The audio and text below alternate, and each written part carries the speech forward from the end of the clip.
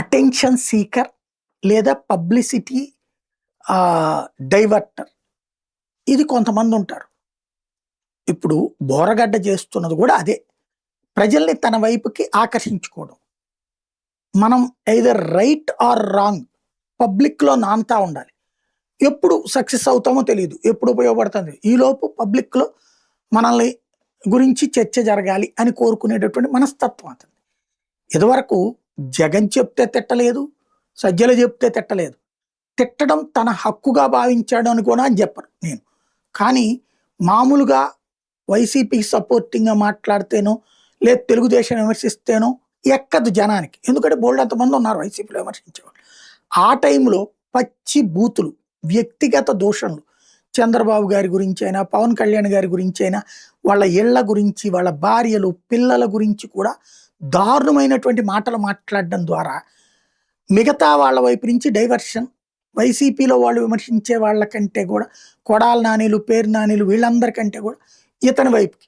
ఇది ఆ రోజునున్నటువంటి ఏదైతే ప్రతిపక్షం వాళ్ళకి కడుపు రగిలిపోతా, అదే సందర్భంలో మా నాయకులు ఇంత బాగా తిట్టట్లేదు కదా అని ఫీల్ అయ్యేటటువంటి వైఎస్ఆర్ కాంగ్రెస్ పార్టీ కార్యకర్తలకి ఇతను సక్సెస్ అయ్యాడు. వాళ్ళకి పేపర్లలో కూడా ఈనాడు, జ్యోతి, అర్రజన్ మీడియానేమో ఇతని తిడతా ప్రొజెక్షను, ఇతని మీద డిబేట్లు.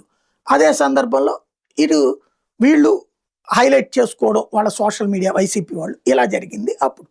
ఇప్పుడు మళ్ళీ రివర్స్లో ఎందుకు వచ్చాడు? లాఠీ చార్జీలు ఇదే, ఇతను కొట్టడం అయిపోయింది, అరెస్ట్ అయిపోయినాయి, జైళ్ళు అయిపోయింది, విడుదలైపోయింది, అంతా అయిపోయింది. ఇప్పుడు ఎందుకు వైఎస్ఆర్ కాంగ్రెస్ పార్టీ ఆఫీస్ దగ్గరికి వెళ్ళి గొడవ చేస్తున్నాడు? ఓ సజ్జలనో లేకపోతే ఒక వెంకటరెడ్డినో వీళ్ళందరినీ ఎందుకు తిట్టిపోస్తున్నాడు?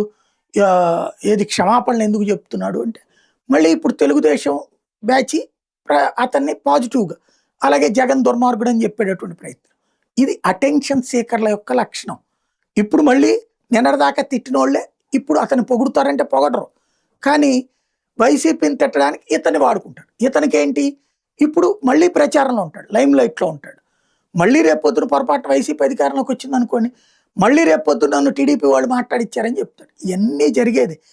వ్యక్తిని బేస్ చేసుకుని కాదు రాజకీయం చేయాల్సింది. రాజకీయం అనేటటువంటిది ఒక కళ. అదే మిస్ అవుతున్నాం.